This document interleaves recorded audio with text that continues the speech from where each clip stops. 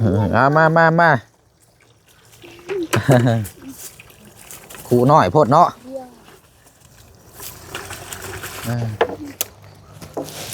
เอาเป็นยังไงเนาะโดยไปสิติเอาไปสิติดีเด้อนึ่งไว้เพิ่นเจ้าเลยโอ้ยถึงลานน้อยขนาดนั้นเนาะทุกใจเนี่ยเอาเจอสุดได้คงขายยาชมีอายุมันคนยืนชาติโอ้เอาเก่ง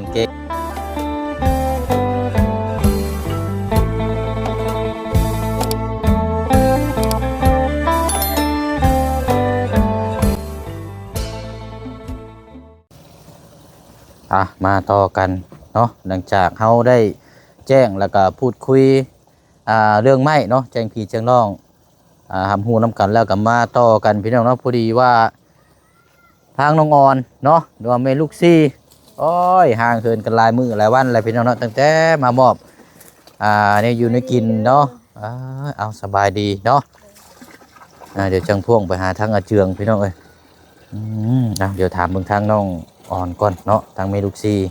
เอาน้ำเอาในนี่มาเฮ็ดหยังพี่น้องเนาะกราบทักทายสบายดีและสวัสดีพ่อแม่พี่น้องเบิดสุขสุคนเด้อพี่น้องเนาะพบเจอกันอีกคือเก่าคือเดิมเนาะทุกสถานที่ทุกมุมทุกแจเนาะพี่น้องเอ้ยเปิดผ้าเปิดกล้องมากกะเห็นหน้าตาคือเก่าคือเดิมเนาะพี่น้องเนาะเพิ่มเติมแน่กะตาอยากปอกๆหรือว่าแห้วเนี่ยจังน้อยเลยพี่น้องเนาะอากาศมันหนาวน้ำมูกก็ย่อยเนาะเป็นวัดเป็นไอผู้ใดว่าคลิปนี้เนาะพี่น้องเนาะทางมูเซียงกะมีนำข้าวสารอาหารแห้ง1 กระสอบแล้วก็มีไข่นำเนาะจากทางแม่ป้าใจดีจากฝั่งไทยเนาะที่มีส่วนร่วมสร้างกระตูบนี่แหละพี่น้องทางแม่เพิ่นเป็นคนแรกเลยที่ให้ทางมูเซียงดำเนินการมาเมื่อนี้ทางแม่เพิ่นฝากเงินมาได้ให้ทางมูเซียงซื้อข้าวสารมามอบให้ทางเจียงแล้วก็ทางน้องฮังเนาะพี่น้องเนาะอยู่ในรถพุ่นแหละพี่น้องเดี๋ยวจังไปแบกเอามาเนาะเบิ่งน้ำกันเนาะขอบมุกขอบใจขอบบุญขอบคุณทางแม่ป้าได้หลายเด้อเนาะที่ได้สดซอยเนาะทุกสิ่งทุกอย่างที่เขตของทางเจืองและกับทางน้องห้างเนาะหลายๆเนาะจังได๋ก็ขอให้ทางแม่และในครอบครัวเด้อเนาะขอให้พ่อนี่กลับไปหาทางแม่และภายในครอบครัวจะมีแต่สุขภาพร่างกายแข็งแรงบ่ว่าสิเฮ็ดเวียกงานธุรกิจก็ขอให้ราบรื่นเด้อเนาะประสบความสำเร็จเนาะคิดอย่างคำอย่างก็ขอให้บ่ให้คาดไม่ของให้ลาบให้ดื่นสุขมันร่ำรวยตลอดปีและตลอดไปเนาะสาธุหน่อยเนาะเอาเดี๋ยวมาถามทางน้องอ่อนก่อนเนาะเดี๋ยวจังพ่วงไปพุ่นละเพน้องไปเอาข้าวของในอยู่ในกินนำรถเนาะเอาเป็นจังไดน้องนี่เอาน้ำมาจะใช้นี่นะน้ำสร้างอยู่ใช้นี่นะน้ำมาลานบ่เว้ยโมเมนต์น้ำปลาบ่อ๋อคือเฮงแท้นี่เอาปิดมันล้นแหละโอ้ทางน้องห้างบ่โอ้ยเอาไม่แล้วมาเอาน้ำเนาะเรากะสิมาโดนนี่พี่น้องน้ำใส่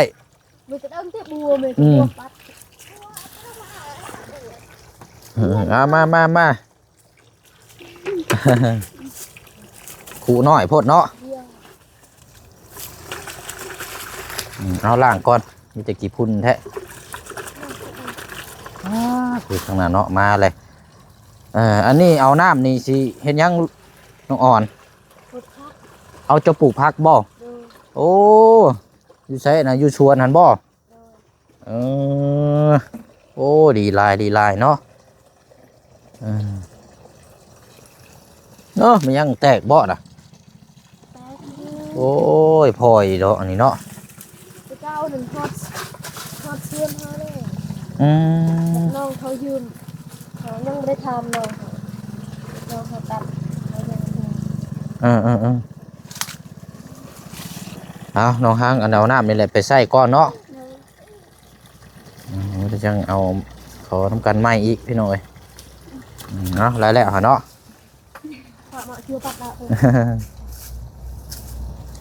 ป ลูกพักเนาะโอ้ยใช่นะพาไปเบิ่งในอยจักหน่อย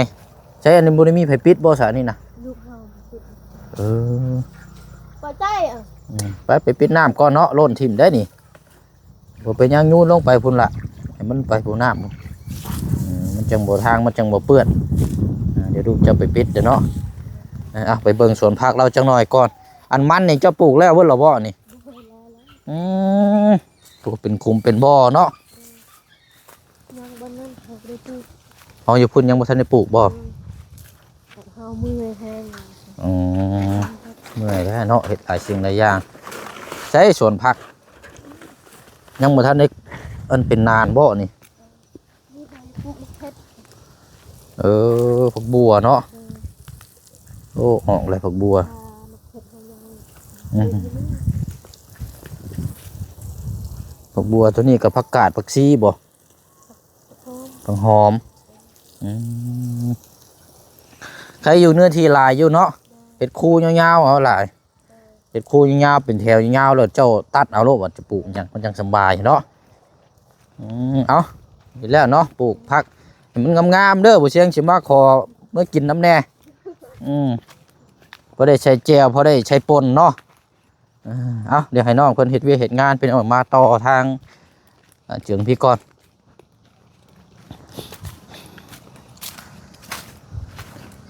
เป็นไม้เป็นหยังเนี่ยก็จังให้ทางเจืองเอาเสือกเอาหยังมามัดอยู่นี้พี่น้องเนาะ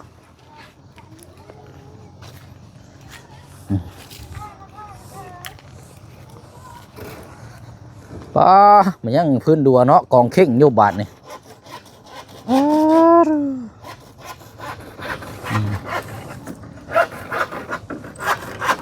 ยังสุ่มมันทางเห็ดประตูอยู่เนาะโอ้ยโดยเอา สวัสดีอีกรอบหนึ่งเนาะเบิ่งมาเสียงอันไม้ก่อนโอเคเอายังมาเบิดอยู่พื้นกันเนาะ โดย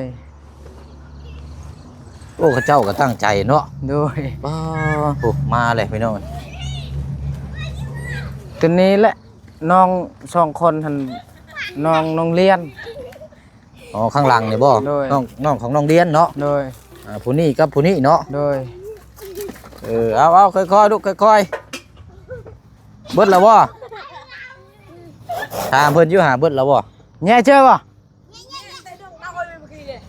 ยังบ่แล้วอยู่บ่ แง่เหมือนแล้วเลย อ๋อเบิดแล้ว โดย อืม ไปเดาเอ้ยไปเดาเอ้ย จ้างเท่าไดเกาะ 10,000 จ้างเขาเลย10,000 โดย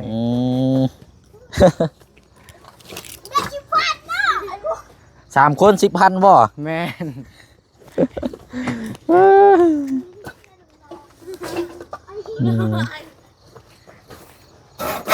ไปเดาเอ้ยกูไปป่ะ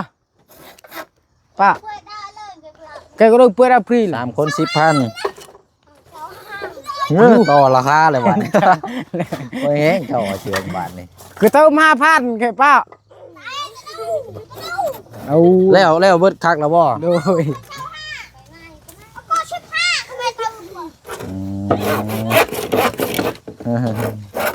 เอา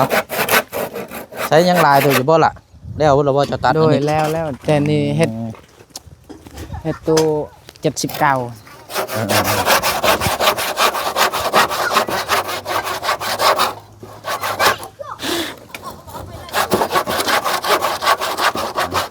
แล้วเนาะตัด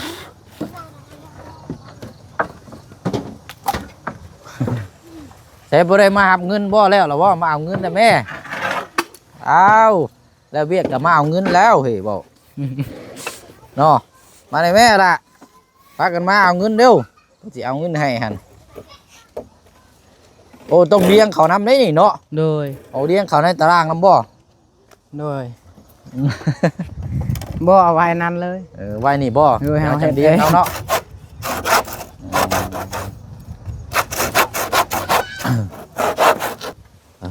เอาโอเคบาดนี้เนาะ ปาดเอาเนาะ ปาดเอาแล้วมันจังอันนั้น โดย เอาไม่จะว่าเดี๋ยวอันนี้ก่อนก็ได้ล่ะเคลียร์พื้นที่นี่ก่อนเอาลงก่อนก็ได้ โดย เดี๋ยวไปเอาเครื่องอยู่ในรถบ่เสียงเนาะมีแนวมามอบให้อีก โดย โอเค เดี๋ยวสิเอาลงนี่แหละเนาะเอาเจ้ามายังใช้ในกระเป๋านี่ กระปุกปลาแดะถึง ปุกปลาแดกเนาะ มูนี่พวกกล่อง เอาเคลียร์นี่ก่อนพอเฮาจะเอาเครื่องลงนี่เด้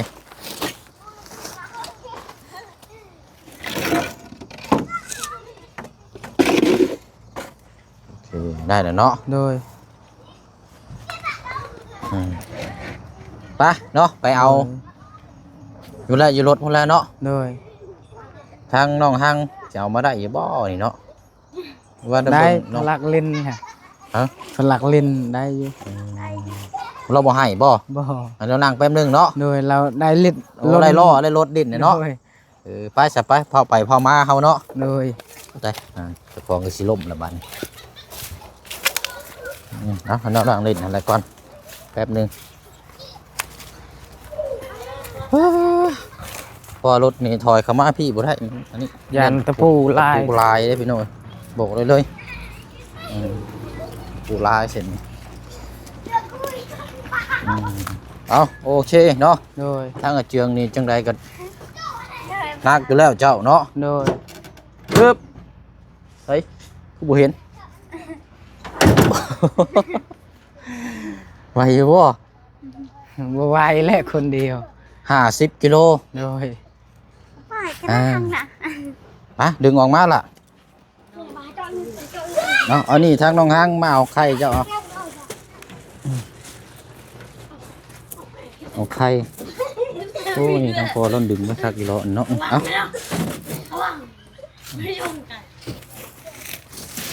เอาดึงออกไปล่ะเนาะ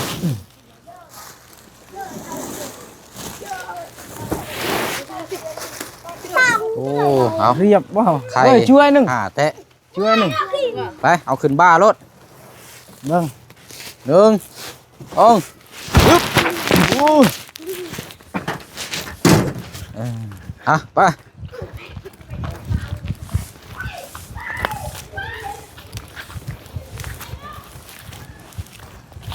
ช่วยตั้งละ เอาไว้เตียงหันก่อน ด้านในอ่าง พี่เอามาเตียงพี่เอาเป็นยังไงเนาะ โดย ให้อยู่ข้าวสารมันนิ่มเนาะ โดย มันคือแนวนักนั่นพอแห้งพี่น้องเอาเห็ดให้มันงามๆเลยล่ะเอาโอเคเอาอะไรกันเอาไข่ขึ้นมาตั้งทึ่งพี่ก็ได้ ด้านใน ก็ไข่ไก่นี่ถือว่านักชุดได้หลอบนี่เนาะ โดย สุรานี่ก่อนหน้านี่บ่เชียงก็ซื้อมาให้แพงหนึงเนาะ โดยช่องแพง สองแพงบ่ โดย เอามานั่งใกล้ๆกันเนี่ยมานั่งฟังนี่ก็ได้เอานั่งติดๆกันเนี่ยเป็นคนข้างนี่ก็ได้เนาะ โดย เดี๋ยวน้องพลักให้เพิ่นดินรถอยู่หั่นแหละก่อนพี่น้องเอ้ย โดย อย่าพ่อกวนเพิ่นเดี๋ยวเพิ่นให้มาได้บ่ได้เบียกได้งานเนาะ โดย เอาเนาะก็ถือว่ายินดีนํ โดย มื้อเช้านี่ก็มอบผ้าห่มผ้าแพร โดย แล้วมาตกมารอบนี้ก็ข้าวสาร โดย บ่ต้องไปตำแล้วกินข้าวนี่น่ะมันหนึ่งเลยบาทนี่เนาะ โดย 50 กิโลประมาณ600,000กีบพี่น้องสอบนี่เนาะ โดย แล้วก็ใกล้ๆนี่300,000ปลายเพราะว่าแพงละ70 โดย มีอยู่5แพงเนาะ3สิขัว3สิแกง3สิต้มบัดนี้เนาะ โดย เอาอันนี้ก็เป็นทางแม่ป้าเด้อแม่ป้าใจดี โดย ที่ดำเนินการคนแรกที่ว่าให้ทางบ่เชียงแล้วก็ทางอาเจืองเนาะจะ โดย นำกันนั่นแหละให้ดำเนินการให้มายุกย้ายมาปกตุนี่แหละเนาะ โดย จบจากนี่แหละทางแม่เพิ่นได้ฝากเงินมาแล้วเอาเป็นอยู่ในกินมามอบให้บัดนี้เด้อ โดย เอาไม่จะว่าหาแหละอวยพรอวยไส้ขอมุกขอบใจทั้งแม่ป้าเพิ่นนี่เด้อเนาะเพิ่นกำลังเบิ่งกำลังชมอยู่เนาะเดี๋ยวเฮาจังเฮ็ดเวียกงานเบิ่งนำกันอีกจักหน่อยเนาะ โด เอา ยขอบใจหลายเด้อแม่ป่าใจดีเด้อขอให้แม่ป่าอยู่ดีมีแห้งขอให้แม่ป่าเย็นเป็นสุขสุขกายสบายใจนอนหลับขอให้แม่ป่าได้เงินหมื่นตื่นมาขอให้ได้แม่ป่าได้เงินแสนกะสุขกายสบายใจความเจ็บอย่าสุได้ความไข่อย่าสุมีเด้อแม่ป่าเด้อสาธุ สวัสดีเด้อแม่ป้า เอ ผม เอา เจ็บยายสุได้คงไข่ยายชมี อายุมันคนยืนสาธุ โอ้เอาเก่งๆเนาะ โดย เอาเบิ่งฮักแพงกันได้เนาะ โดย โอ้เอาไปเบิ่งทางปลักเลิบบ่นี่น้องห้างผู้รู้สึกว่าน้ำมูกย่อยเต็มแล้ว โดย เป็นหวัดเป็นไอเนาะ โดย อืมเอาขึ้นได้บ่น้องบัดนี้ โดย หรือว่าจักหน้อยก่อนบ่ โดยจักหน่อยก่อนก็ได้ เออ เอาขึ้นเลยล่ะ เอาขึ้นนู่นแล้วเนาะ โดย สิได้แล้วเนาะสิได้เฮ็ดเวียกงานต่อเนาะอันเครื่องคองตัวนี้กับคนเข้าไปไหนก่อน มุนอย่างไหนครับ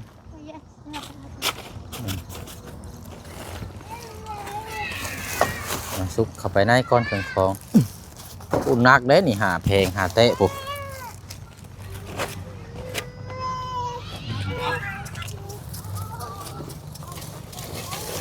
ปุกก็ได้ ฮะโบราณ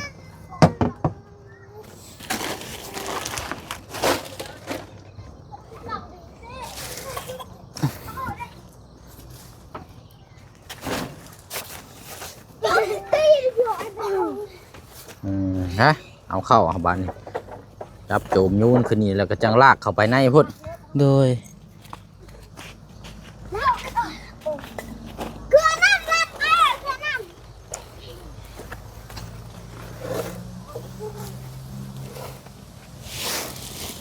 ได้อยี่บ่ ช่วยห่างเถอะ ฮะโจมซอยกันเนี่ยโจมคนละข้างในกระยูนขึ้นนี่ก็ได้ โดย ได้อ่ะ ไปสิติ เอา ไปสิ ได้ ติ บ่ เหมือนเป๊ะเออจิตะเปา ระวังเด้เอาตะปูออกก่อน โดย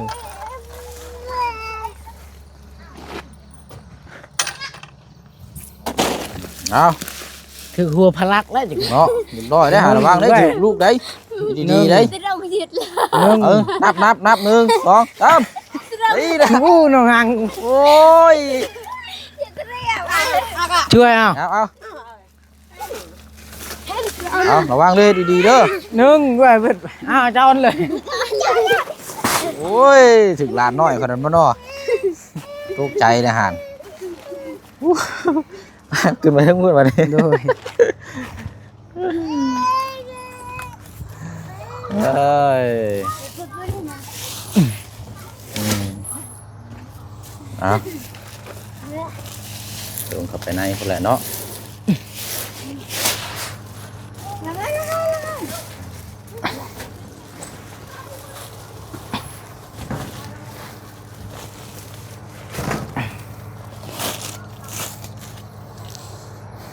เอาเรียบร้อยเนาะ โดย เอาวันนี้มาเบิ่งเรียกทั้งนี้ต่อทำกันอีกจังหน่อยเอาคิดว่ามื้อนี้สิเฮ็ดให้แล้วเด้อบ่ล่ะหรือว่าเอาประกอบไว้ก่อน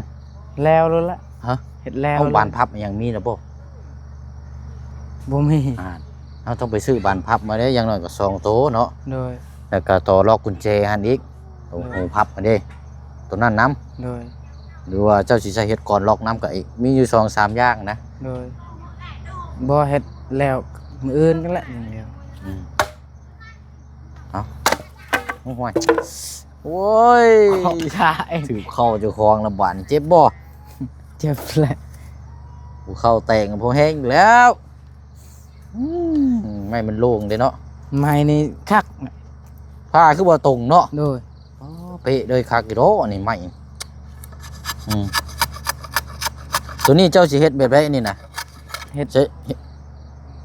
ลองประกอบเฮ็ดแบบข้าวเบิ่งอยู่หั่นเฮ็ดแบบใด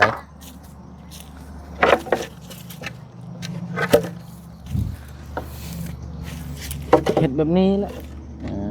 เอาลองเบิ่งก่อนประกอบเบิ่งคร่าวๆก่อนให้เป็นรูปเป็นร่างก่อน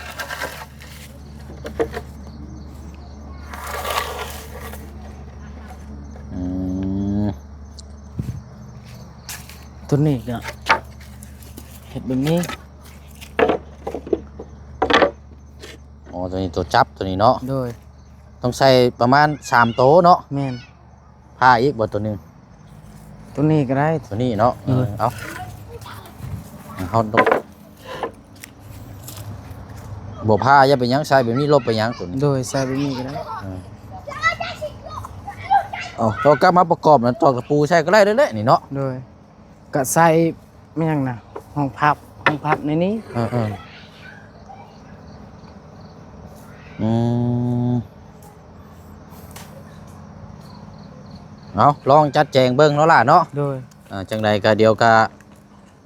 นั่นนี่หรอกเจ้าเคยเฮ็ดอยู่หรอกเนาะ โดย แต่ว่าหนึ่งมานี่เอาใส่บานพับเนาะ โดย ตัวทึ่งตัวลุ่มแล้วก็ลูกกลอนนี่ให้มันอยู่กลางนี่ก็ได้เด้อ โดย ตัวนี้ใส่ลูกกลอน ใส่บนนี้เนาะ ใส่มุงนี่เลย โดย ล็อกข้างข้างใน โดย แล้วก็ตัวข้างนอกน้ำเนาะตัวล็อกกุญแจเด้อ โดย จัง สองเบื้องว่ะ สองบานพับนั่นสอง โดย แล้วก็ตัวล็อกลูกกลอนนั่นตัวหนึงแล้วก็ตัวบานพับมันตัวล็อกกุญแจนั่นอีกตัวหนึงเด้มันไม่ใช่มีสองตัวหรอกตัวพับกับตัวรับเด้ โดย เอาลองเบิ่งเนาะ โดย แล้วนั่นกับประกอบก่อนก็ได้จะตอกตะปูใส่ก่อน โดย ตอกตะปูใส่แล้วก็จังไปซื้ออุปกรณ์มาติดตั้งเนาะ โดย โอแพงบ่ได้หรอกอันนั้นน่ะประมาณ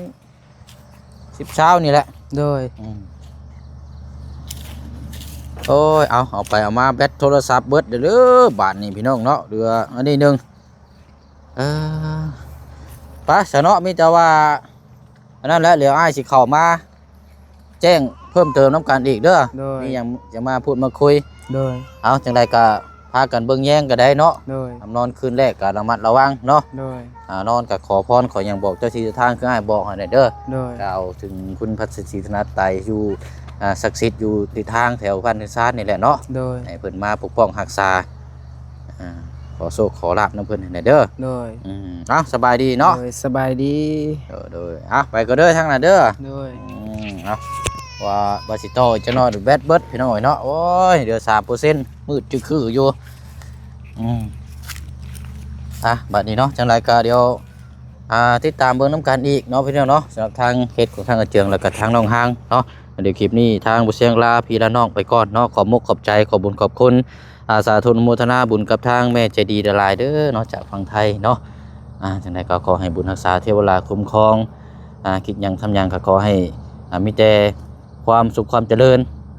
เนาะราบรื่นโชคมานร่ำรวยตลอดปีและตลอดไปเด้อเนาะโอ้ยพี่น้องเนาะแบตเบิดละบาดนี้เอาบายบายเลยพี่น้องเด้อเนาะพบเจอกันในคลิปหน้าอยู่ดีมีแรงร่ำรวยทั้งผู้ให้และก็ทั้งผู้รับทั้งผู้เบิ่งผู้แย่งเบิดสุขุสุคนสบายดี